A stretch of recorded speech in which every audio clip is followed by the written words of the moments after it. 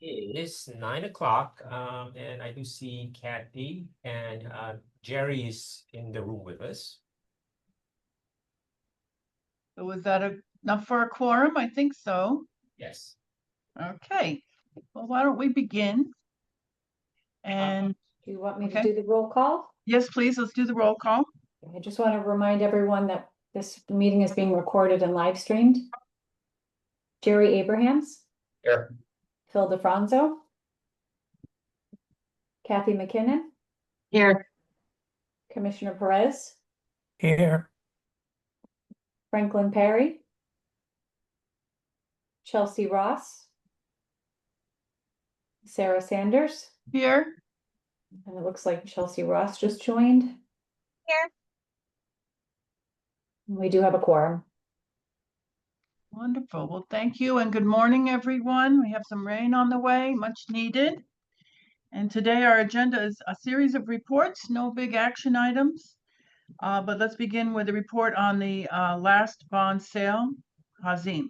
Good morning, everybody. Last Tuesday, we successfully closed the 2025 Series B bond, and the bond was issued to provide financing for a slew of multifamily projects, and it was led by JP Morgan.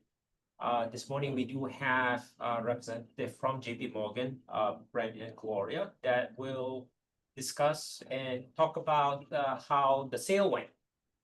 So that's it. All right. Well, good morning, everyone. Again, Brent Chandari and Gloria Boyd with JP Morgan. Thank you for having us all. In brief, I think I'll try to keep this in 5 minutes, but if I sort of babble on, please, Hazim, cut me off. I sometimes can go further than expected. This was a $120 million sale for the authority and was actually the second multifamily sale of the year. Typically, the authority will do 1 to 2 sales, and so the first sale was earlier in May.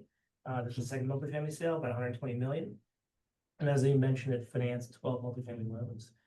The interesting, I think, part of this sale was that we've been issuing a period of heavy supply in general, both from the municipal market perspective as well as the housing perspective. Housing, as the authority knows, is higher issuance for a good part of over a year and a half at this point. And so every week we're amazed at how many deals come to market. The week prior to pricing, we actually had a very heavy supply week. There's about 14 billion of new supply coming in, which is significantly higher than we typically see. And so we add on top of that number of housing deals, it does make pricing sometimes a bit challenging. The week that we came to market was also a holiday week. It was the Indigenous Day was on Monday and the bond market was closed. So we had sort of a narrower time frame to price, which meant it was either Tuesday, Wednesday, or Thursday.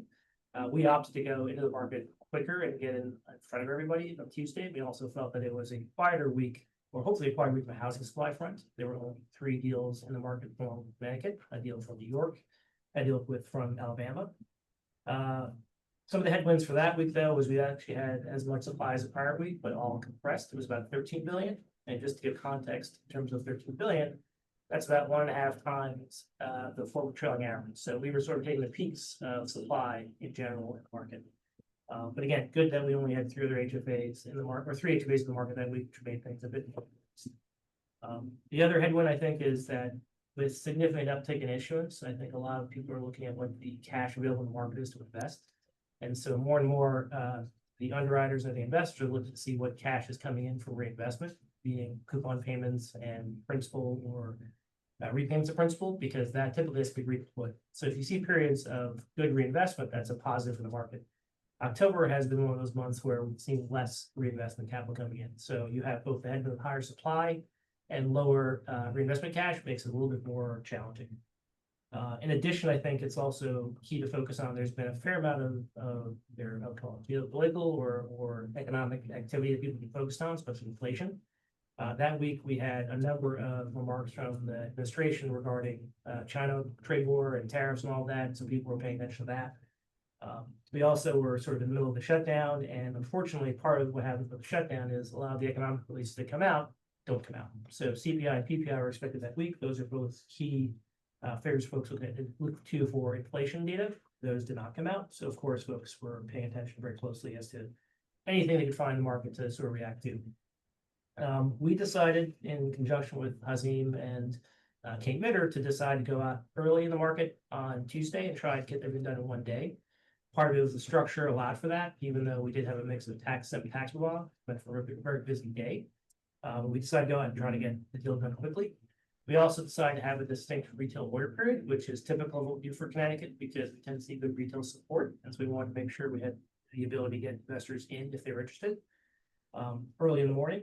The other thing we were trying to focus on as well was that when we looked at the other competing housing issues, Connecticut typically has been one of the better trading, if not best trading HFA out there, due partly to the AAA rating, but also the backstop from the state on the reserve fund.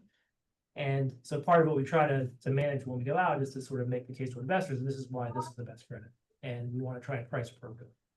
So in discussions, I think when we decided to go out for the order period, we actually went out at levels that were a bit more aggressive than maybe we expected initially. And I think that was to our benefit. Part of it was that the other competing sale that was in the market from New York, which was also a specialty state, sees very good retail, actually had an optional call that was a bit shorter than what the authority typically used. They used a 5-year optional call, where the authorities typically used an 8-year optional call. That's not a negative to the authority, but more to investors. They don't necessarily see the 5-year call. So to many investors, it was good to say, hey, I have a AAA name I can look to. I see a normal housing call, and then I see another issuer with a AA2 lower rating and an odd optional call. I'm going to kind of focus on Connecticut, which was good from our perspective. In terms of also focus, we knew, I think it was the last board meeting, that the authority had, or the board had approved the single family sale. So part of the concern we had was if we go out and set levels for a deal and we're leaving, and when there's another sale coming in Connecticut that people are aware of 2 weeks later, what we do now is setting the precedent for that next sale. So again, part of our discussion with Hazim and others was, let's try and make sure we start aggressive and get there and get done. That's better because it helps the next sale versus just trying to get this deal done and being happy walking away because every underwriter will always look back to the prior sale and say, here's where you ended, so this is where we want to start. And I think we were very happy about where we ended up. We did see good demand overall. It wasn't across the curve as though every maturity was fully subscribed. There were pockets where there was interest, pockets where there wasn't, both on the tax and taxable side. But overall, I think the adjustments that were made to start made it apparent that there were spots that people weren't going to care about. We underwrote those bonds. It was about $800K, I think, for the tax exempt, and about $3.5 million for the taxable, which we were fine with. But overall, when we look at the end of the order period, we were very happy because ultimately we saw levels that were essentially 5 basis through or 5 basis points lower across the curve than the New York sale and the Alabama sale. So ultimately seeing those spreads at those better levels was apparent to us, a good thing. Overall, that made it was a very successful sale. And interestingly enough, one of the comments our underwriters made at the very end of the pricing was that for the taxable levels, which typically price relatively close to each other because there's no real in-state tax exemption differential, is that they had seen, at least when we priced, they were the tightest spreads they'd seen in the taxable housing market since Liberation Day. Now that may have changed in the last 2 weeks, but we had seen this sort of rationing down, and I think it was very nice to see that Connecticut was able to achieve that for their sale. So overall, we thought it was a very good sale. We saw good retail demand. We saw good institutional follow through. We achieved levels that were through other competing issues. And so overall, there was nothing to complain about. And I think if there was, Hazim would let us know. But I think he was overall happy with the sale. I'm happy to take any questions or any comments. I have a question, Brent. You mentioned the state's backing with the Special Capital Reserve Fund helps CHFA be the best pricing in the HFA in the market. And I always wondered if investors really care about that because the state's AA and the bonds are AAA. Can you speak to that a little bit? And then to what extent do other HFAs have the state backing? So to the second part first, there's no other state HFAs that truly have sort of a state backing like that, unless you would consider some of the veterans agencies, which have the true general obligation of the state. So those we consider a little bit different, but there's only really 2 that are active in the market. Most of the other HFAs that have some sort of backstop typically have a backstop that's only of the unencumbered assets of that specific agency or authority. There's nothing coming from the state. The few HFAs that have any sort of support from the state typically do those for non-housing credits, and they're very limited. So for the most part, this is one of those that makes Connecticut very different, that people can say, oh, we see this additional support. I would say if Connecticut HFA was not AAA and maybe was lower rating, that they'd probably be a little bit more concerned, but I think it's almost like we get the AAA, we understand the indenture composition, we like all that, and on top of that, we get this backstop. Right. it makes it sort of the case. If you were, let's say, a single A or double A, it's a little bit harder, but it's sort of like you're adding on top of a good thing. So it's a compelling thing, and not just from the investor perspective. I know that banks, when we provide credit, also look at that backstop and see that, well, that may not be something that's ultimately we can look to, but it's something that gives us more comfort. And so I think a lot of the banks out there provide facilities also look and see that being valued to overall to the authority. Well, that's really good to hear that the state backing is, allowing for a reduced cost for these programs. And, I don't know if people know, but every one of the CHFA financings comes through and gets reviewed by our staff and approved by the treasurer. But I'm glad to hear that's providing value. And any other questions? Commissioner? Yes, it was stated that there was interest, but not across the board. And there were some areas that didn't show interest and some areas that did. So can you expand a little bit more?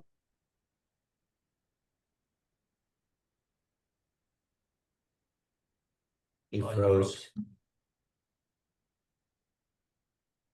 I think we got most of his question. I don't know if he can hear us, so. Yeah, I think the question is just a little bit more interest in it, or a little more observation as to where we saw good demand and where we didn't see good demand.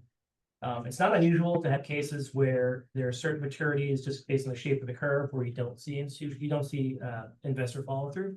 Doesn't mean we didn't get some interest there. We just didn't get enough where we got to the point of oversubscription. For example, I think to give you a case of one that was actually very well, the D2 bonds, which was the mandatory tender bond, that was 56 million. That actually saw 1.4 times subscription, which is pretty impressive. We had a 2045 bond on the tax exempt side, which typically, you may see 1 to 2 times. We actually got 7 times subscription. So there are pockets where you just saw investors gravitate to. Then there are also pockets, probably more in the serial range, where just a couple of maturities in places we just didn't see the follow through. It didn't mean that we felt that those bonds were priced inappropriately, just investors were not participating at that point, and that's why we underwrote those. So I wouldn't consider anything that was too unusual. It's very hard to see a sale come to market where every maturity is fully subscribed. We always like to say, if you see a deal where every maturity is fully covered, you probably weren't as aggressive as you should have been. So I think having balances in certain spots is not the case that the demand was not there. It just may have been folks who are sort of pausing on participating at that spot. Any other questions? I guess it's tough. It's a hypothetical question, but so we're AAA. We have backup from the state AA, right? So what is the AAA? I know it's a very hard question to answer, but can you just give us rough dimensions that the authority's AAA, what is it really worth for us in terms of the spread we're getting, Connecticut, especially state, all that. So what's it, I mean, roughly, what do you think? And I know that you would probably take some more rigorous analysis. Well, we'll put it this way. So there's 2 ways to observe it. There's the pure credit differential. What is the value between AAA and AA? And because all of the competing HFAs are always in the AA, AAA category, it's going to be very narrow. People don't go and say, oh, there's a huge distinction. Corporate market, yes, you'd say, oh, we see significant amount of supply between the 2 markets, so therefore we're going to evaluate and say there's going to be X basis points. In our market, we'd probably say it's about 5 to 10, depending on who you talk to. If it's a specialty state, it's probably sometimes closer to 10, but most of the time we try to get those 5. But embedded in that isn't just simply a rating case. Investors don't go and say, oh, show me the rating, and that's the only observation point I look to. Someone will go further and say, okay, tell me how this program performs. What is the indenture composition? The fact that Connecticut has a mixed MBS whole loan indenture to some investors is a negative, even with the AAA. The other investors will say, well, we don't really care about the MBSs are negative, or the loan components are negative. So to some investors, they'll say the home's a negative because there's no real insurance from the government on it. Others will say, well, wait, the MBS may be a little bit of a hindrance because that's got the Fannie Freddie concern, and we have to go back and explain to them, no, most of that's Ginnie Mae, doesn't the backstop. So there are people that will look further into it, not simply say, we're going to show them the rating and make a difference. That's why we're very happy to see that we were able to get 5 through most of the cases, because many of those initial investors will say, yeah, we look at the rating, that's not our only observation. We look at all the different factors. How often is Connecticut in the market? Are there any other issues that are coming that maybe we want a diversification play with? That may be a AA rated, but we feel that's a better value because we don't see them as much in the market. So there are multiple factors that come into it, but I would say typically just from a pure spread differential is probably about 5 to 10, depending on who you talk to. If I would say Connecticut was downgraded, let's say, to It'd be AA more. level. Yeah. And still maintain the reserve fund backstop, it would still trade pretty well, but I think there would be some investors that would take pause and just take a look back, another step back and say, well, I can then look at another AAA rating out there. Because part of the thing to look at is, if the federal government was still AAA, there would be less value. When the federal government's now below AAA, but Connecticut is AAA, there's more value. It's like, oh, so we're not necessarily purely looking at what the government support is. We're now looking at the overall indenture composition and the excess assets in there. And that's more of a testament. So the AAAs that are out there right now are actually getting more interest because the federal government's downgraded. Right, but that would work theoretically if the state, putting aside what happens to the federal government, if the state was to run up to its fiscal problems in the future, then the backstop itself could create concern, right? If the state had, even prior to rating action, if the state was having some kind of fiscal If the drama, state was that's the something higher of else the you two have to ratings. explain something, yeah. If the state was higher of the two ratings and people were saying, what's the better of the two? And now the state's going down or Yeah. having a decline, Yeah. that would be a concern. But right now, investors go, no, the higher of the two is the indenture composition. Right. So therefore, we think there's additive value to having the state backstop, but Yeah. we're really looking first at the AAA and then sort of saying, I now get, I get my cake and I get my ice cream on top as well. It's additional pocket of support, right? Right. So you're starting from a really strong base in terms of the overall indenture and the assets within it. And then you have another support now, whether it's AA or single A, whatever that is, it's an additional support regardless of where you're starting from. And you're already starting from a strong base. The other thing that I would mention is, which makes it even trickier to sort of dissect in terms of overall performance is, retail attention really drives a lot of the differential you see in terms of pricing across different HFAs. And so, looking at the rating is sort of a good start in terms of general reception, but then also the audience that you get from retail investors allows for you to be that much more aggressive in terms of, various levels. And Connecticut enjoys a lot of retail attention. I think to Brent's point, when he talked about the comparison to the New York transaction that had come at the same time, there's still a little bit of noise there because of the optional redemption, that's a little different. And some investors obviously are going to point to all the differences that are there so to tease out exactly what's sort of driving the differential in terms of overall results. But, generally on all those term bonds, Connecticut was 5 through, and I think even in the case of Alabama, it might have been in some cases 10 through or something even more. And that sort of speaks to the non-specialty, non-retail sort of nature of it. And so there's a lot of things sort of in this bucket, and it's hard to sort of tease out the specific thing that's driving, overall the results, because you have retail, you have rating, you have additional supports, you have all of these things that are packaged together. And, when you're coming to market, investors are saying, I like the whole thing, right? And so it's kind of tricky It to was pull always apart. traded well, so Right. it's also big, at Right. least on the institutional side, I imagine what they, in their mind, set as trades, and so that's what they Right. provide us, right, for us benefit. Right. All right, thank you. Just a note, since we're talking about state support, so my understanding is this indenture's been in place for over 40 years and really requires the state support. But just to remind people, there was a new indenture, CHFA. I think we got a report on an issuance under that doesn't have the state support. So there's 2 programs out there, just to remind people. Any other questions or comments? So, Sarah, if I could try again, because my laptop froze, so I had to get out completely. I was curious about the comment that was made that there was not, there was good support, right? And there was interest, but it was not across the board. And there were some areas that did not show us as strong interest as others. So I was wondering if they could spend a little bit more on what areas that was and if there was any particular reason for it. Yeah, again, it's not, I don't think there's any particular reason other than we typically have pockets where sometimes you'll see wider investor demand purely because of either competing supply or they just feel the levels may not be appropriate. Because we're selling a full yield curve, it's not a case where we always see every single maturity fully subscribed. You can simply have one maturity that may not, another maturity, the next maturity may be. Investors have that whole curve to look at, and so there are cases where you don't see that demand through. The troubling parts are where you see a full part of the curve that's simply empty. But in this case, for this transaction, it was just individual maturities in certain spots that didn't have fully subscription levels to it. So nothing troubling from our perspective, and that's why we underwrote it. We thought those levels were appropriate, that we would be able to move those bonds, in the secondary. But there are cases where we have sales, where we do have pockets. Now, none of those unsubscribed maturities were on the term bonds, which is where it's really important. That's where we want to have make sure we have going away interest. Most of the unsubscribed pieces were on serial bonds in both the tax and taxable piece. So you simply overemphasized a point that really wasn't that critical. Because I mean, I've been at this board for Typical. 10 years and this time around, and I was in the board for another 8 years prior to that. And I've been in the finance committee all 18 of those years and never heard anybody say that there was no, there was not strong interest in a particular area. So I was just curious.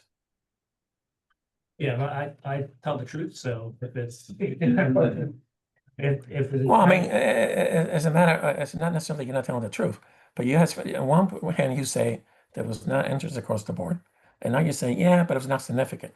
So they're both true, but they're not. It's not significant. I would have been having the discussion with you. Yeah, they're not significant in the sense that if there were a problem, we would have seen adjustments in the levels. And that's why I was curious about why you even mentioning it. But it's fine. Each entity has its own style. Right. Any other questions on the last bond sale?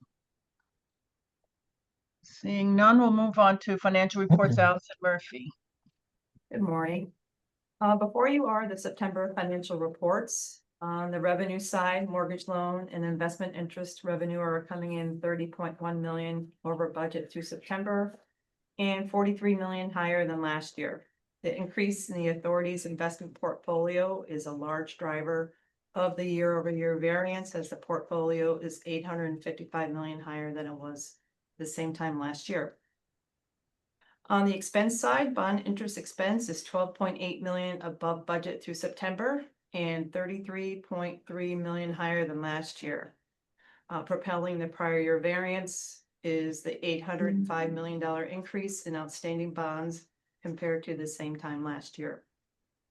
Servicer fees are 4.2 million higher than budget through September and are slightly higher than prior year. Administrative expenses are coming in 5.2 million below budget and 629,000 higher than last year. When you exclude salaries and benefits of 22.6 million, the current year expenses are 186,000 higher than last year. And lastly, the change in net position is above target by 25.2 million. Are there any questions?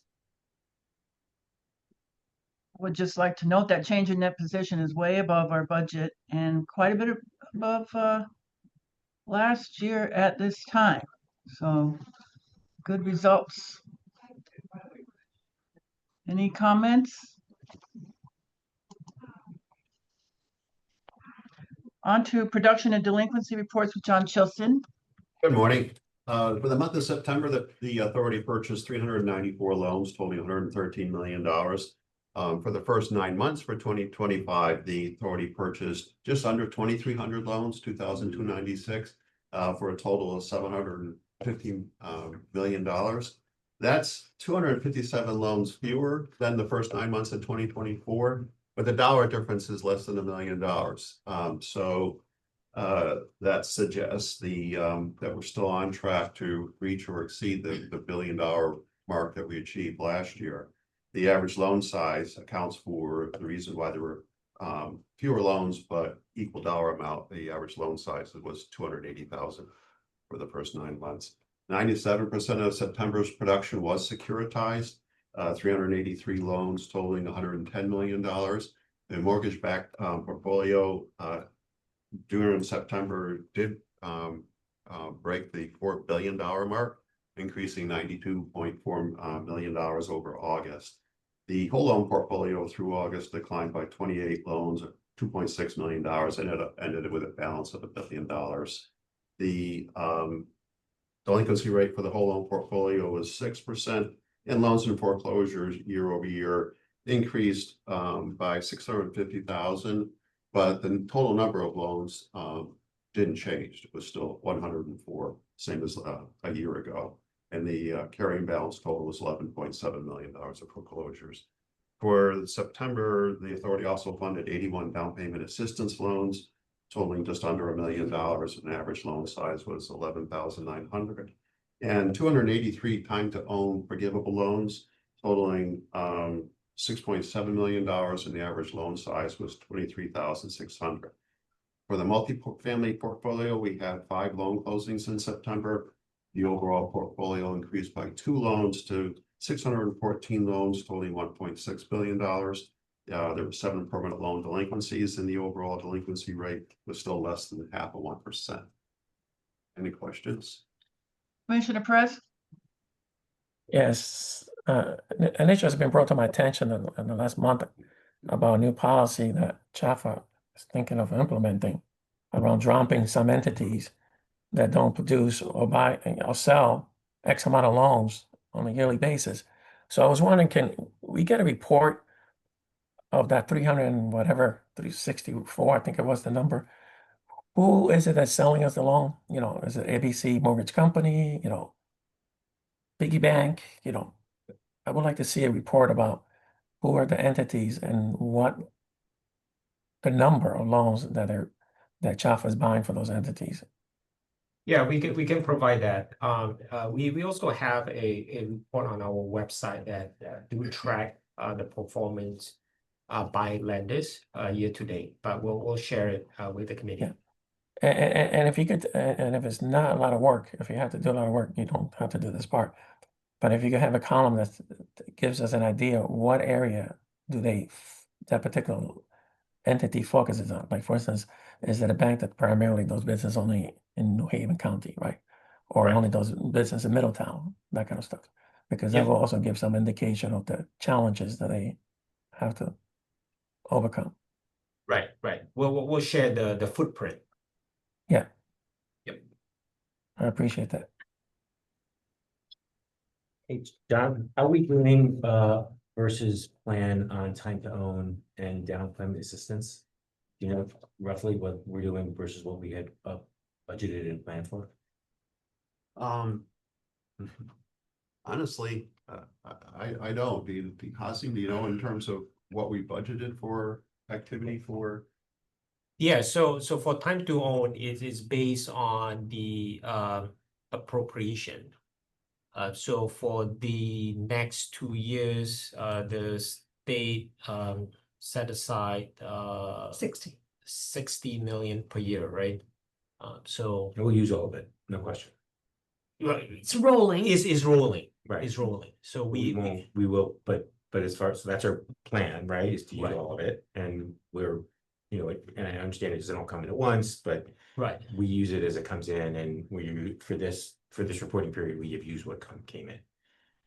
Right, More or less. right. So in terms of like the pull through and the penetration, about like 97% of all our first time buyers do utilize either the down payment or Or the time to TTO, own. yeah. Yeah, so 70% is about the TTO coverage, and then the remainder is the The down payment program itself is a little more limited in terms of funding. We've,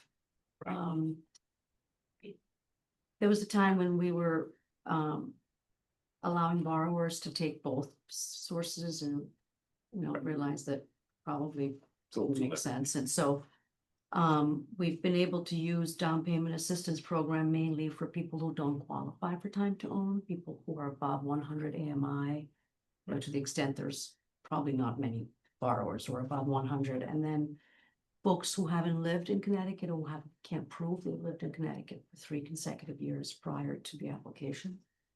They're not eligible for time to own, but they are eligible for TAP. Yeah. correct. Or they might have, we have a, because it's time to own is so attractive, we wanted to make it needs-based. And so we have a front-end ratio based on mortgage payment over income. And so if somebody is slightly over that ratio, they may not qualify. And that's sort of the purpose of the program, is to help the folks who need it the most. And my point is that down payment program has seen a sort of a stabilization of its current funding capacity over the last year, right? Hasim, can you?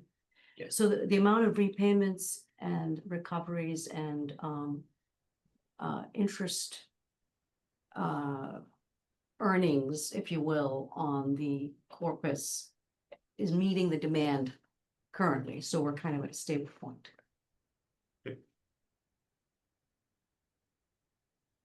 Hopefully that answers your question. Any other questions on the production and delinquency reports? We'll move on to investment and swap report. Hazim. This Ning Yang, so. Good morning. The authority's overall investment portfolio totaled 5.28 billion in book value at the end of the third quarter. This is an increase of 189 million from prior quarter. Program assets reached 4.03 billion. This is an increase of 180 million from prior quarter. Weighted yield to maturity is 4.37%. Slightly higher than 4.35% of prior quarter. On the swap side, the authority did not enter new swaps in the third quarter. There are currently 42 swaps with 9 counterparties. Total notional amount is still 920.5 million. Weighted pay rate is 2.887%. Overall mark-to-market value is 44 million in the authority's favor. I'll be happy to answer any question. Any questions? Before we go to the approval of the minutes, I just wanted to ask Hazim, there was a Fed rate move yesterday and there was comments that there won't be another one, or they're not certain for sure that there'll be another one before the end of the year. Any comments on what you see the Fed doing and interest rates in general that would be informative? So on Tuesday, we priced the 2025 Series E bond for homeownership. So that would be our last transaction for the year. Bank of America led the transaction, and they're going to do the presentation at the November meeting. We went in and we knew that the Fed was going to discuss, and everyone was in fact expecting the Fed was going to cut 25 bips. There were some HFAs that delayed their transaction or pricing, I should say, because they felt that they wanted to take advantage of the Fed meeting. And sure enough, it went through. The Fed president, Jerome Powell, basically said that while the Fed did cut the rate, is still uncertain whether or not the Fed will consider future rate cuts, of which the market then reacted to that statement because everyone thought with high probability that the Fed would at least consider one more rate cut at the December meeting. So suffice to say, nobody knows. It's definitely the market is definitely wider as of this morning. Mortgage rate has gone up by at least 1/8%. So we'll see. We'll see what happens. So I don't have my crystal ball, Sarah, but Right. I know is I'm done with pricing for the year, so I don't have to worry about it. Okay. Let's go on to approval of the minutes of the Finance and Audit Committee meeting of September 25th, 2025. May I have a motion? So moved. Second, I'll second, Jerry. thank you. Any comments or discussion? Seeing none, I'll call for a verbal vote. All in favor? Aye. Opposed? Abstaining? The minutes are approved. Any other matters for discussion people want to talk about, or now or future meetings?